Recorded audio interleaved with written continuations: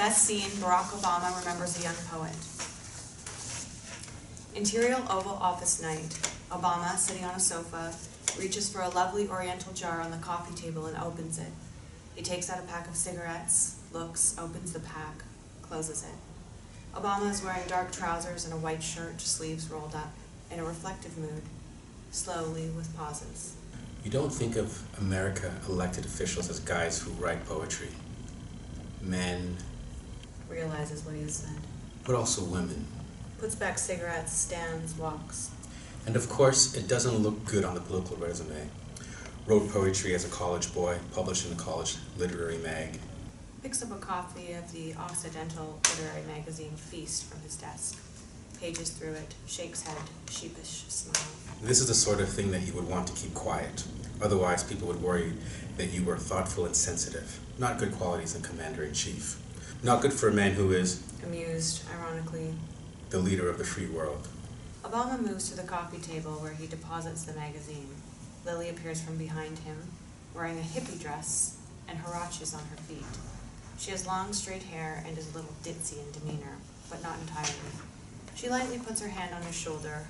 Startled, he turns. Lily picks up the magazine from the coffee table, looks at it, gives him a wry, wobbly smile, and speaks. Reverentially at first. Last two sentences are a tease. I saw your poem pop in this, in Feast. Did you write about your real father? Or did the pain and suffering come from something else? Maybe a lady you lost? A girl you left behind? Lily turns and drifts away, more a vague memory at this point than a real person. Oh, Lily, Lily.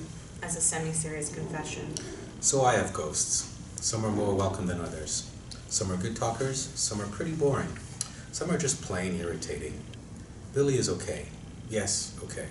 Dean Ben Culley is seen standing next to the coffee maker, which is on the other side of the sofa from the desk. Culley wears a dark suit coat and bow tie, both a little frumpy, speaks in a deanly manner, but has a twinkle in his eye. It is against the law in the state of California and the city of Los Angeles for anyone under the age of 21 to buy or consume alcohol. Everyone knows that this law is horse manure. So what is the official policy at Occidental College? Amused. As the college dean detailed, to root out the demon rum, I do not tolerate alcohol on campus. Official policy. Fits with the Presbyterian heritage of the school. If we want to take the heritage of that stony-faced minority of the church in earnest.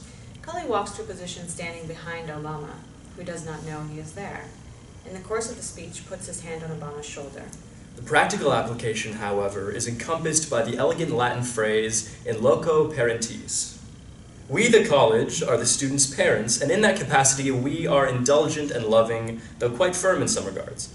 Culley backs away a foot or two. Obama, now aware of Culley's presence, rises, gives the dean a firm handshake, and goes to sit at the desk, from which he watches and listens. If you want to get zonked on Friday night after you finished your classes, taken your quizzes, and turned in all your coursework, being zonked is something that we do not notice, if you are not loud and do not leave a mess. Culley points his finger at Obama, who shows great pleasure at being thus singled out. If you make a mess, you clean it up. Nobody else. What do you think we are, your parents? Exterior Occidental College, concrete path under fig trees. Day. Lily walks along the path, careful to avoid stepping on figs that are lying here and there. She speaks while walking, her delivery choppy as she gives her attention to her feet. Here I am, stepping around figs on the college sidewalks. The gardeners at Oxy sweep them off, but the figs keep falling, like rain. There must be a Greek myth somewhere. Hell, being a gardener and trying to keep the walks clean as the trees go on dropping fruit. Figs and macadamias. I hate it when her hot shake treads gets into them. Lifts foot, looks at the sole of her sandal. No dog poo, but almost. As she proceeds along the path, she encounters the young Obama sitting on a bench. He's wearing a Hawaiian shirt, Bermuda shorts, and flip-flops. His hair is in an afro. He speaks from a seated position, but rises as he finishes what he has to say. Why, you're wearing these heavy-duty huaraches. You gonna be doing some serious traveling? Style. Very style. Mexican is in, Hawaiian's out. As she speaks, she moves a little closer to him. Obama becomes uncomfortable but stands his ground. Yeah, and you are a high priestess of the Aztecs. Why, you're wearing these heavy-duty huaraches. You gonna be doing something serious traveling? Can you take that sentence back? Yeah. You gonna be doing some serious traveling? Style. Very style. Mexican is in, Hawaiian's out. As she speaks, she moves a little closer to him. Obama becomes uncomfortable but stands his ground. Yeah, and you are a high priestess of the Aztecs. I was going to be a virgin sacrificed in a volcano. Mauna Loa, Punahou. That a volcano? Punahou? Obama laughs at the reference to his high school. She does a teasing, sad face.